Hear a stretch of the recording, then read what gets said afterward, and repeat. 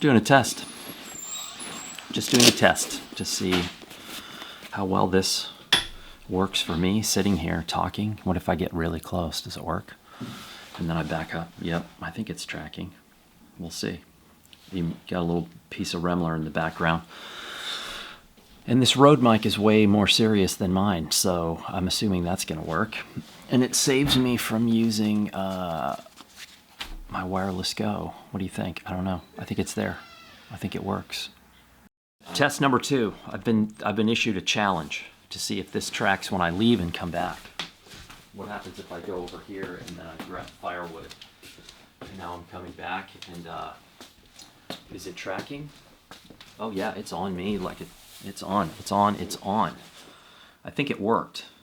I'm sure there's been a dangerous drop off in the mic, but I think otherwise, yeah, it's spot on. It's hitting me the whole time.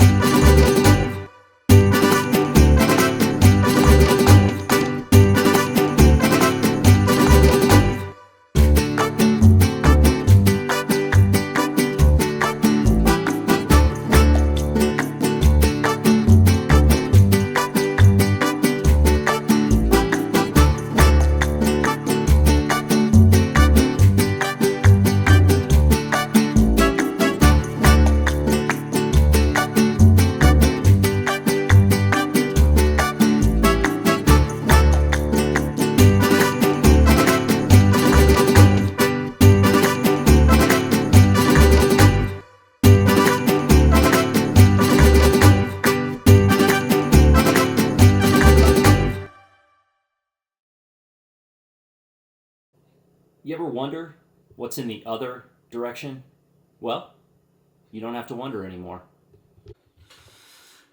Well, talk about a film that's all over the place. Probably no reason for me to make this film at all other than I've been so swamped with blurb stuff that, and also driving, as I mentioned, as I showed, 2,300 miles back, which was a long trip. Smashed out my back rear window in the van hitting a railroad crossing in Kansas.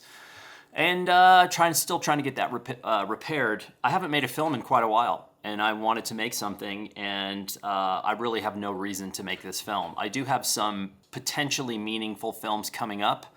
When I'm going to get to those, I don't know. I'm teaching this week, which I will get to in a minute. I've got like 7 or 8 completely random things I'm going to talk about for no reason, most of which are not important at all. This first one, however, I do feel is important. I don't do book reviews anymore, because I'm gun shy. I don't know what people want me to share or not share. I don't know if a publisher's gonna be happy about it or upset about it, or the photographer themselves. I don't know anymore, and I'm not taking any chances. However, Tony is a friend. We have an email correspondence. I've never actually met him in person, I don't believe. But this book is called The Precipice by Tony Chirinos. And this is a masterclass in photo book publishing for a variety of reasons. But before I go any further, you have to give credit where credit is due. This is a book by Gnomic Book, GNOMIC book.com. They consistently produce very interesting photography books. By the way, this is not like self-published. This is published through Gnomic Books. Edition of 500. Got to ask yourself why. Why 500? I can't keep giving you all this information, people. I'm going to have to start charging for it. Okay, there's also, inside there are 3 essays, Remember Me by Claudia Isidron, What the Body Holds by Michelle Otero, and Between Science and the Sacred by Eugenie Schinkel, and Library of Congress, printed in Holland by NPN Druckers. Now Holland, it's a bit of a that's like a curveball coming from the outside. No Italy, no Iceland, no China. They went Holland, and I'm okay with that. Blurb has a team in Holland, so I say go for it. Now, the reason I love this book is multiple reasons. Number 1, I love the cover with no art, and I love the charcoal gray and black, and I just love the debossed, foil stamped cover. The bind, which I'm not going to tell you about. You're going to have to get it and learn for yourself what kind of bind that is, but I love it. This is also a masterclass in the shift from one paper type to another. You go from heavyweight, beautiful photo paper to almost a newsprint where the copy is, and I absolutely love that. In addition, this is a masterclass in how you use both color and, wait for it, black and white and color in the same book. That's not easy, and it's not something you see that often, and he pulled it off. They pulled it off. By the way, I should give credit to the designer, and just very quickly, there's an entire insert that comes in addition, slipped in, tipped into the book itself. I love that. It's gorgeous. My goal at some point in my life is to feature Tony in AG23, which is on hold right now as we try to figure out what we're going to do with it. There's also a ton of credits at the top and a list of thank yous that he has on the back page. And one of the names he mentions is a guy named Alejandro Cartagena, who's a Mexican photographer who I've met a couple of times, super nice guy, another person you should know, who early in the Blurb lifespan did a book called Suburbia Mexicana, which I thought was a great book. He also did a body of work called Commuters, which I think is a great thing. Everything he does is good. And very nice guy. So I like to give props where credit is due. And I'm glad that Tony and Alejandro are friends. That makes me happy. And there's a bunch of other people I don't know. But there's also a mention of Melanie, who I'm pretty sure I do know.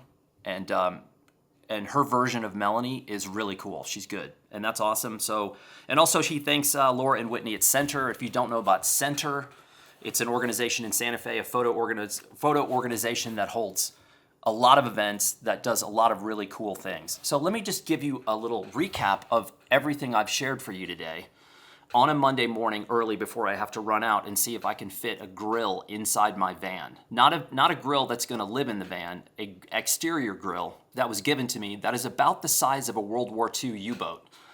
So I've disassembled, I don't know if you can see it, that is a storage box in my van that I've taken out. I've taken out everything I can in the inside, and I got to go stuff that in. But let's recap.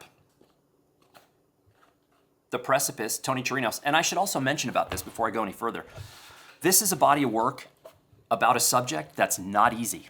It's not easy. And to get access to it and trust in itself is an accomplishment. It also shows the depth in his work and the fact that Tony is not just a documentarian, he's a conceptual artist, and he's merging those two things. That's what we're after, people. That is a testament. That book ain't going anywhere. It's not going away. It's going to end up in a library. And oh, by the way, 500 copies.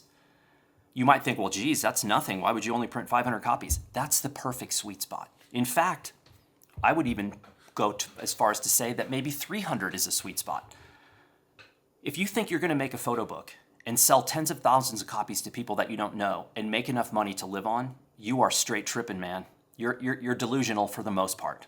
Now, it does happen, but it's very, very rare. This book is an arrow in his quiver as a professional artist. That's it. And a book like this is as much about placement as it is about sales. Placing this book with the people who are going to make or break his career is essential, and that's what a really good strategist will tell you about a book. And I'm not calling myself a really good strategist.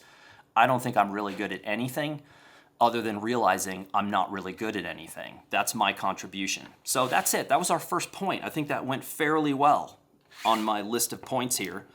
I'm about to begin saying no to a lot of things. I am at an impasse in my life, probably because I'm 53, and I know the end is near.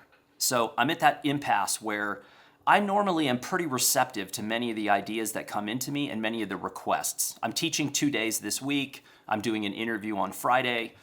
I've got a host of other things. I'm releasing 2 interviews that I did with other people on my own, which I think you are really going to love, because Lori Grinker and Sarah Lean are 2 photographers you should know about, because frankly, they've done more than you, and they've done it better. And they're kind enough to share what they do and how and why, and you can learn from them a ton. So Lori's interview is going to go live tomorrow, and then Sarah's later in the week.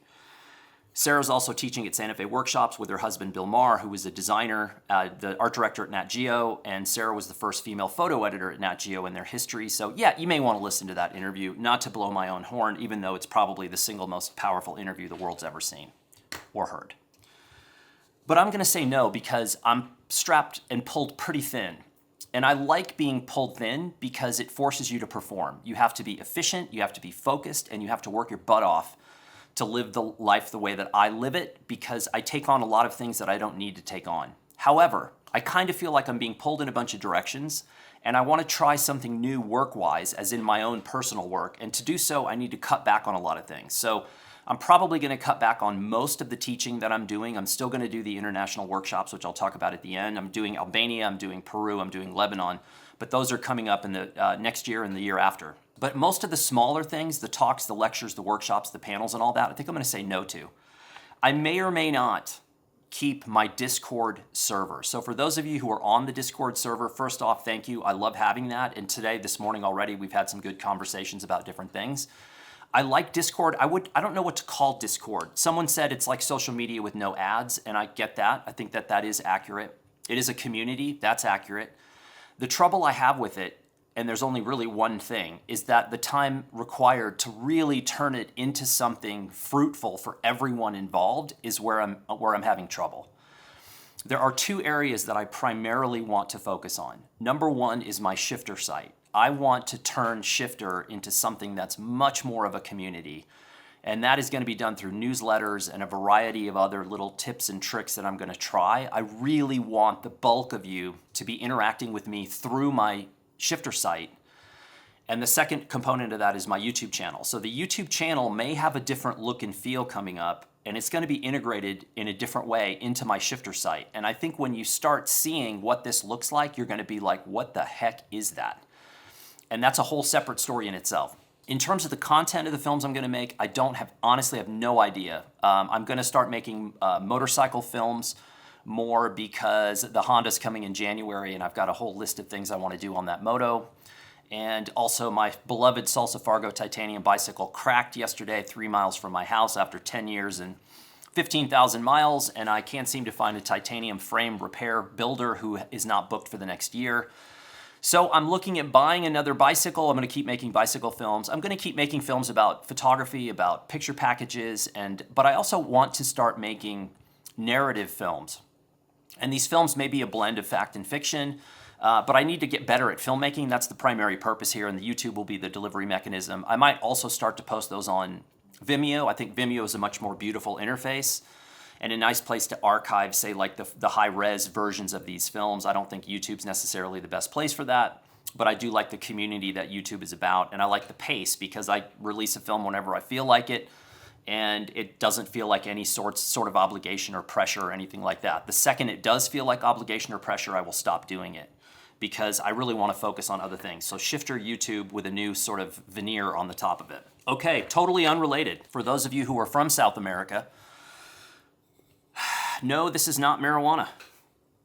This, my friends, is the best mate I have ever had. And thanks to my friend Rudolfo, who is from Brazil, who lives on an organic mate farm, who was a student of ours in Albania, he brought me all the way from Brazil to Albania a package of mate from his organic mate farm, which I somehow managed to keep hold of all through Albania, even though it was this big and it took up a huge part of my suitcase, Rudolfo, and forced me to jump through packing hoops that I've never had to jump through. I got it not only through Albania, I got it back into the country without being stopped at customs, which is a miracle in itself.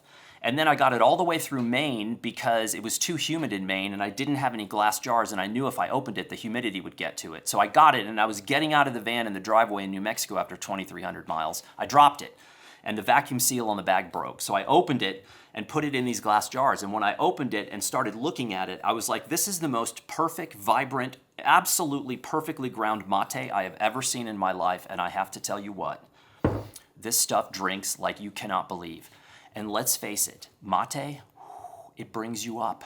It's like Red Bull, it gives you wings. It brings you up, but it brings you up in a very different way from coffee.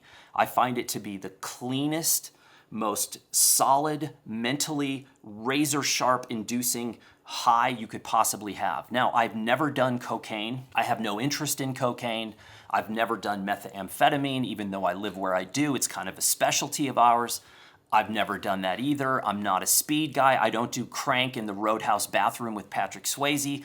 That's not my style. If I was going to do a drug, I'd probably do a downer of some kind, but I'm not a huge drug guy either. So this mate is amazing. I just wanted to say thank you to Rodolfo. And if you've never had mate, it could be a rude awakening. It could be like a shovel to your medulla oblongata because it's very, very bitter, but it's a taste that you may taste it and spit it out and sob, but you may taste it and go, wow, that's bitter. And then there'd be something in there that clicks that you go, you know, I think I want that again. It's like smelling sour milk where you go, oh, God, no. Okay, maybe once more. Oh, yeah, that's bad. That's what it's like. Thank you, Rodolfo. Again, the most beautiful mate I've ever seen. Number 4, I have sold 4 pieces of my kit. And I'm saying this because I just wanted to clear the air here because I got a message on Shifter today about me using an XS10, which I've never heard of. I'm assuming a Fuji camera. Never heard of it, didn't know it existed, and no, I'm not using that. I am using 2 XT2s, one of which I put the booster back on. And again, this is an XT2, so we're up to the 4 right now. This is an old camera, but I really like them. They're simple, they're basic, they're not worth a whole heck of a lot, which is one of the reasons why I kept them, and also my wife likes them. So I have 2 of the XT2s, one with a booster, one without, but I sold my XT4 and the booster, and I sold let me get this right, so you guys out there don't freak out. I sold a 23 f2, the little one, the little weather-sealed one. It was a good lens, I liked it. I think it was the first lens I ever bought in the Fuji system. I sold the 35 f2, little weather sealed, also probably the second lens I ever bought in the Fuji system. I sold the 56 1.2, I never use it. That was probably the third lens I ever bought. And I was gonna sell my wide zoom, the new one, that's like, I don't know what it is, 16 to 80 maybe, if they even make that. Let's just pretend that that's what it is. F4, that's got stabilization built in, that I bought for video usage, but I never use it as well. And I had that on the chopping block. And then my wife came and threw an absolute fit because she had used that lens the whole time in Albania and liked it, so I kept it. But I sold the other 4, and my replacement goal is the 23-1.4, the new one, which has there's these beautiful metal hoods you can get for it, which is fantastic. They're gorgeous. And that lens, as you saw earlier in this film, that's the lens I was testing on myself sitting there. That will become my primary on-camera lens. It's not as wide as what you're looking at here with the Sony, but it's a more practical lens for me because the only reason I use this Sony 21.8 is for video. I would never use this as a still lens, and so to me it's a very limiting thing to have. It's a great lens, and the A7C works great for this video stuff, and I'll keep this.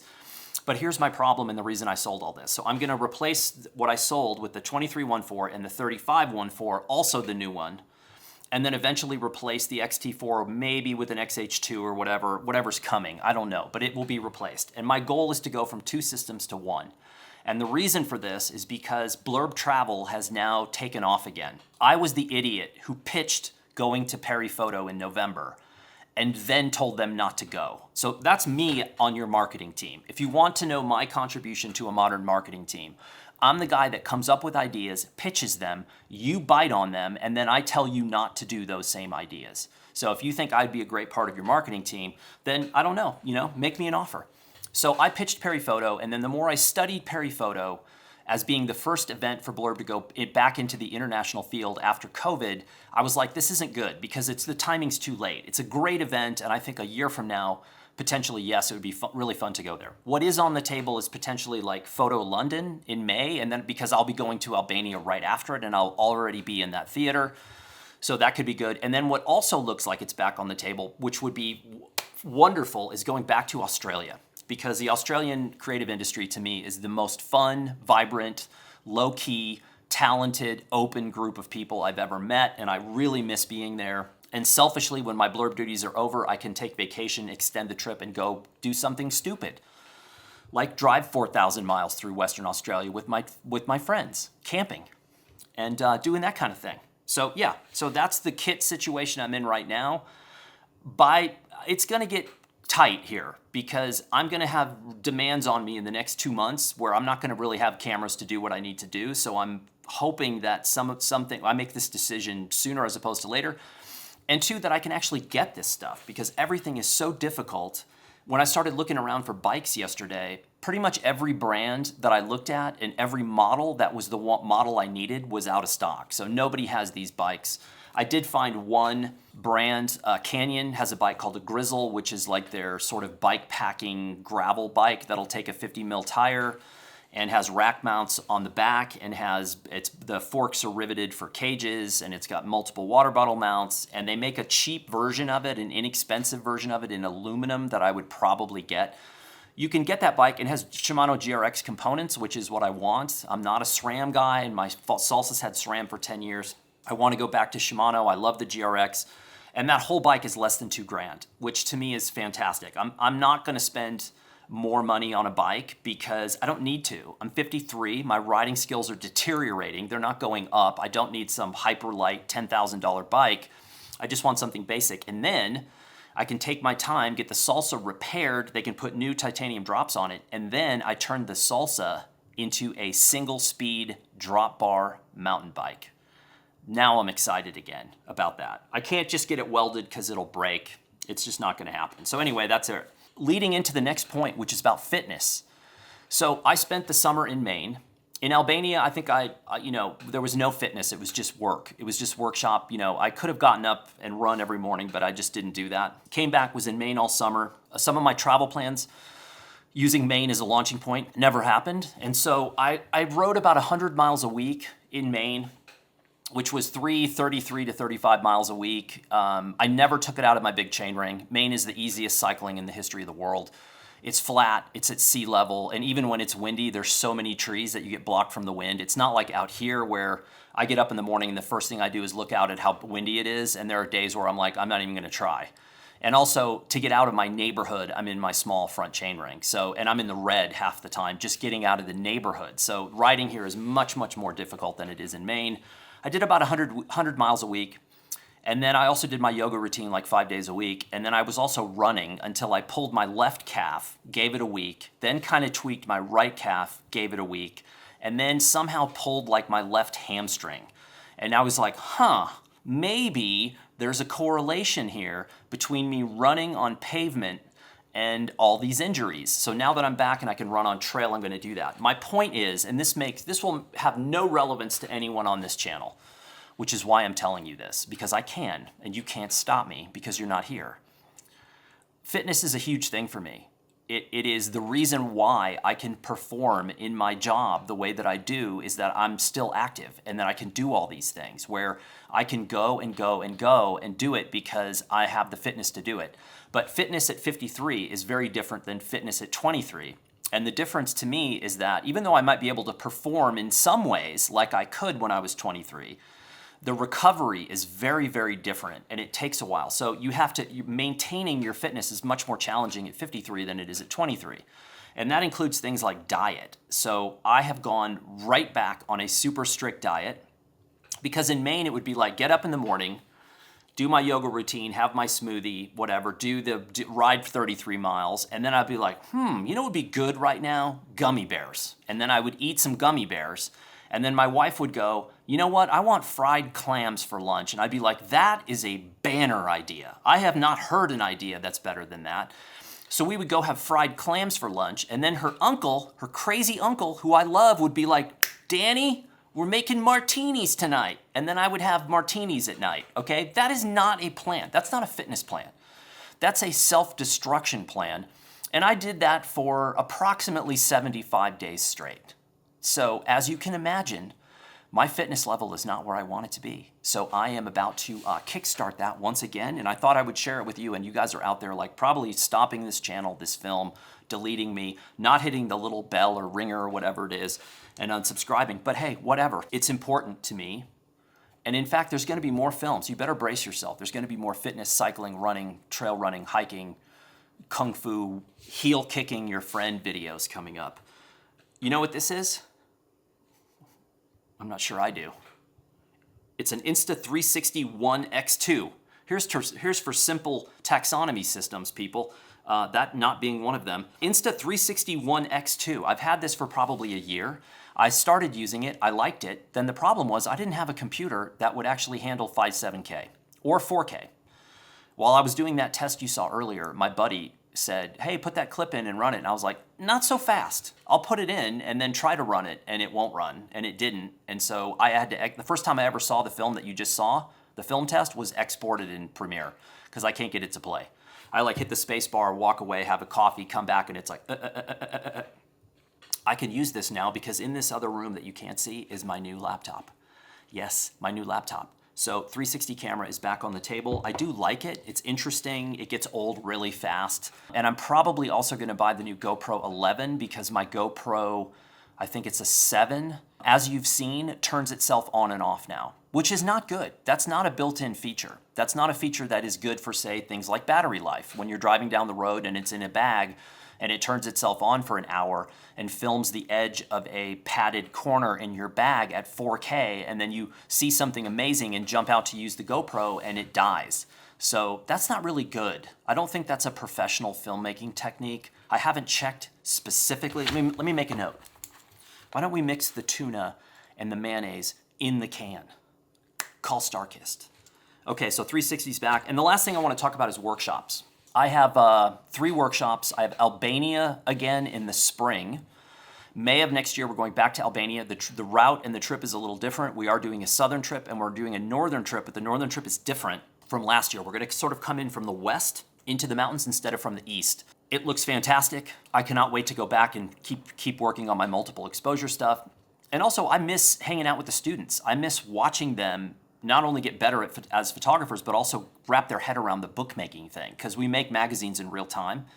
And for some people, that's an amazing challenge. And for other people, it's an initial challenge, and then they're off to the races, and they send me these PDFs of like 80-page magazines, and I go, wow, there's stuff in there that I wouldn't have thought to do. That's really fun. I've got Peru in the fall of next year, and that looks to be fantastic. I'm teaching with Adam Weintraub, who's my friend who's married to a Cuscanian person, and he's lived in Peru for decades on and off, also calls the U.S. home. I've taught with him 2 or 3 times down there before. We have always had amazing trips. He is the guy who founded the Museo del Pisco, which is, I want to say, in Cusco, Arequipa, and maybe it's Arequipa. It's Lima, Cusco, and maybe Arequipa. But it's the Museum of Pisco. He's a photographer. He's published multiple books. He is a foodie that knows every single good restaurant and ways to get great food down there, and he always has a plan A, B, and C, which is something you need in Peru because things change all the time. I cannot wait to go back there.